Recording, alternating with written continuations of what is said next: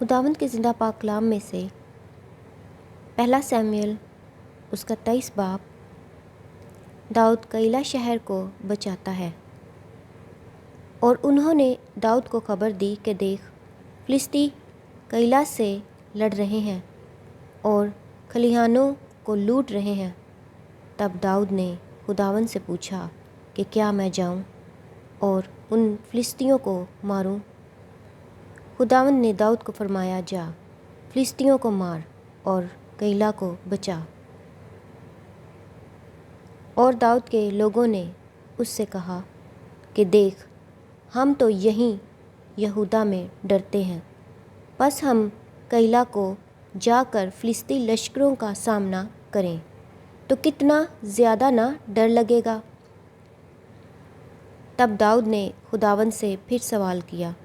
خداوند نے جواب دیا کہ اٹھ، کیلا کو جا، کیونکہ میں فلسطیوں کو تیرے ہاتھ میں کر دوں گا۔ سو داؤد اور اس کے لوگ کیلا کو گئے اور فلسطیوں سے لڑے اور ان کے مواشی لے آئے اور ان کو بڑی خون ریزی کے ساتھ قتل کیا۔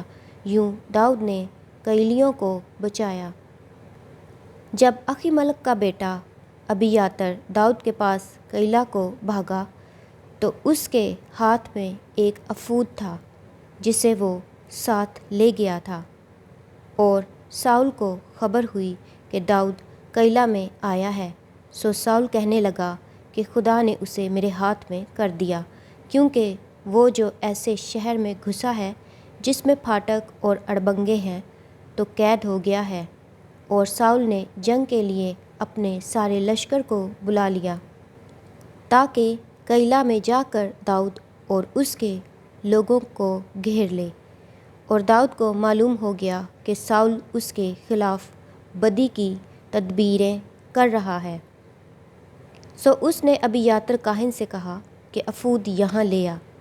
اور داؤد نے کہا، اے خداوند اسرائیل کے خدا، تیرے بندہ نے یہ قطعی سنا ہے کہ ساؤل کیلا کو آنا چاہتا ہے تاکہ میرے سبب سے شہر کو غارت کر دے۔ سو کیا کیلا کے لوگ مجھ کو اس کے حوالہ کر دیں گے؟ کیا ساؤل جیسا تیرے بندہ نے سنا ہے آئے گا؟ اے خداوند اسرائیل کے خدا، میں تیری منت کرتا ہوں کہ تو اپنے بندہ کو بتا دے۔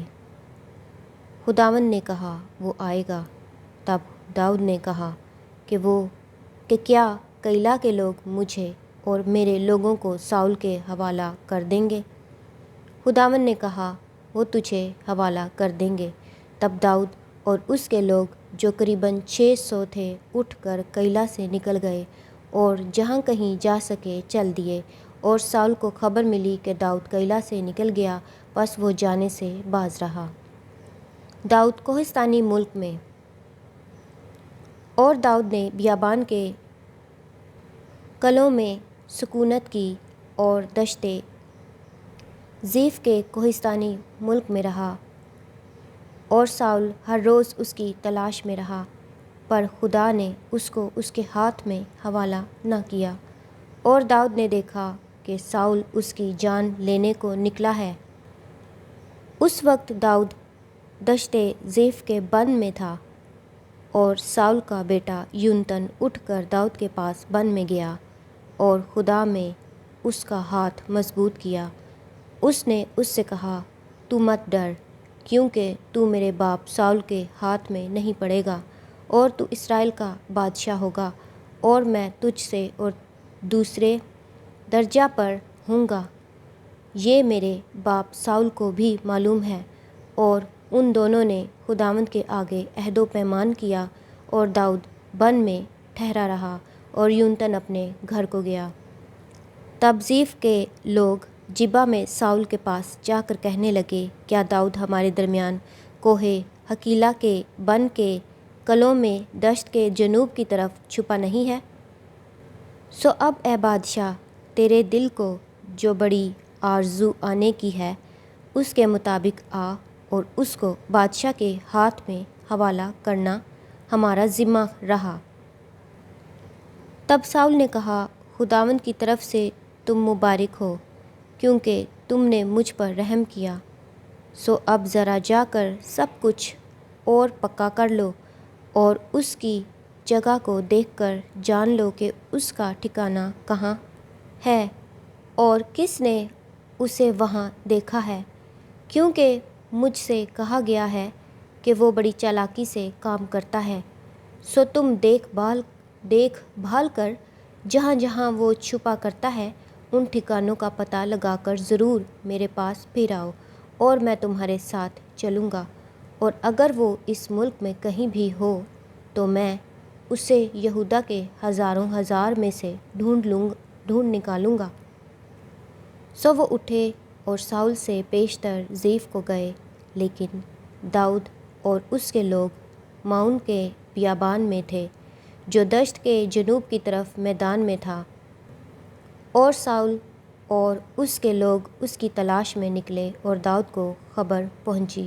سو وہ چٹان پر سے اتر آیا اور معون کے بیابان میں رہنے لگا، اور ساؤل نے یہ بات سن کر معون کے بیابان میں داؤد کا پیچھا کیا، اور ساؤل پہاڑ کی اس طرف اور داؤد اور اس کے لوگ پہاڑ کی اس طرف چل رہے تھے، اور داؤد ساؤل کے خوف سے نکل جانے کی جلدی کر رہا تھا، اس لیے کہ ساؤل اور اس کے لوگوں نے داؤد کو اور اس کے لوگوں کو پکڑنے کے لیے گھیر لیا تھا۔ لیکن ایک قاصد نے آ کر ساؤل سے کہا کہ جلدی چل کیونکہ فلسطینیوں نے ملک پر حملہ کیا ہے۔ سو ساؤل داؤد کا پیچھا چھوڑ کر فلسطینیوں کا مقابلہ کرنے کو گیا، اس لیے انہوں نے اس جگہ کا نام سیلہ ہمخلکوت رکھا، اور داؤد وہاں سے چلا گیا اور عین جدی کے قلعوں میں رہنے لگا۔ خداوند کے زندہ پاک کلام کے پڑھے اور سنے جانے پر خداوند کی خاص برکت ہو۔ خدا کا شکر ہو، آمین۔